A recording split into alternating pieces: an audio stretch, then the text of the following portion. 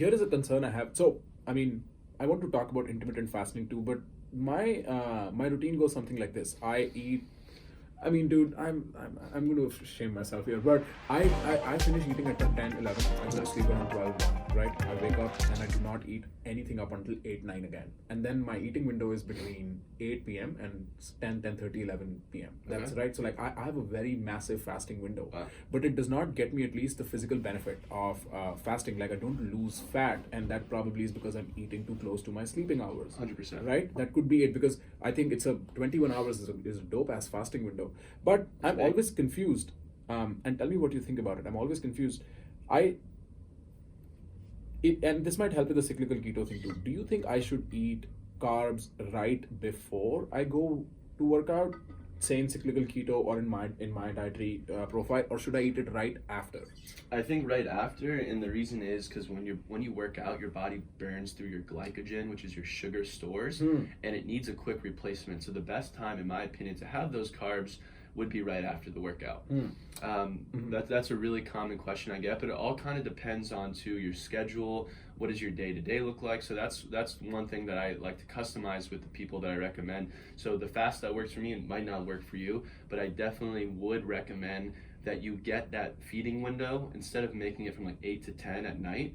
Get it to like early afternoon, so that way you're digested. You have 5 to 6 hours of an empty stomach before bed, and that's just going to allow you to get better quality sleep. So yeah, man. If you go to bed with a full stomach, your body is not going to worry about recovering and detoxing. It's going to worry about digesting that food. That's the most important thing. It's its number one task, right? It hurts me knowing that. So it's going to spend a lot of its energy in the first couple hours of your sleep digesting food, instead of say maybe getting you that deep sleep you needed, instead of getting you into the REM, or instead of propelling you to feel more well rested the next day.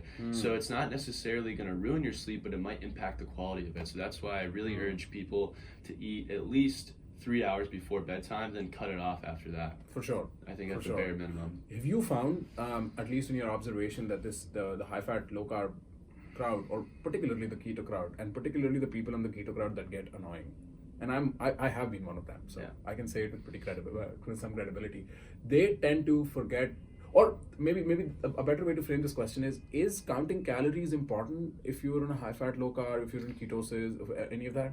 No, so my personal opinion is that the whole counting calories methodology has been thrown out the window, and it's really not about the quality. It's not about the quantity. It's about the quality of those calories. So 20 calories that come from sugar, from like a candy bar, versus 20 calories that come from, let's say, a piece of fruit, right? Two different sources of sugar. Those are going to have two completely different metabolic responses on our body. So the fruit, right, it has fiber built into it, so that sugar and those calories will be extended throughout maybe a 30 or 40 minute window, and it'll be more of an extended release, so our blood sugar levels will see a moderate bump and a moderate decline. And on the other hand, the calories that come from, let's say, cane sugar, it's going to spike you, and you're going to be up and down. Your blood sugar is going to spike really high, it's going to go really low, then it's going to cause a craving to want more sugar.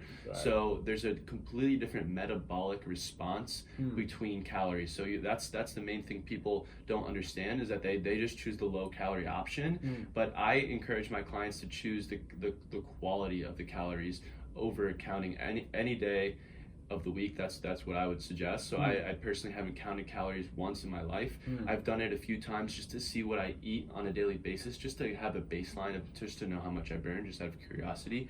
But that's not part of the protocols that I help people work through. And I really believe that's an old methodology that people are starting to move on from, but a lot of people are still stuck in it. You'd be surprised how many people are stuck in it.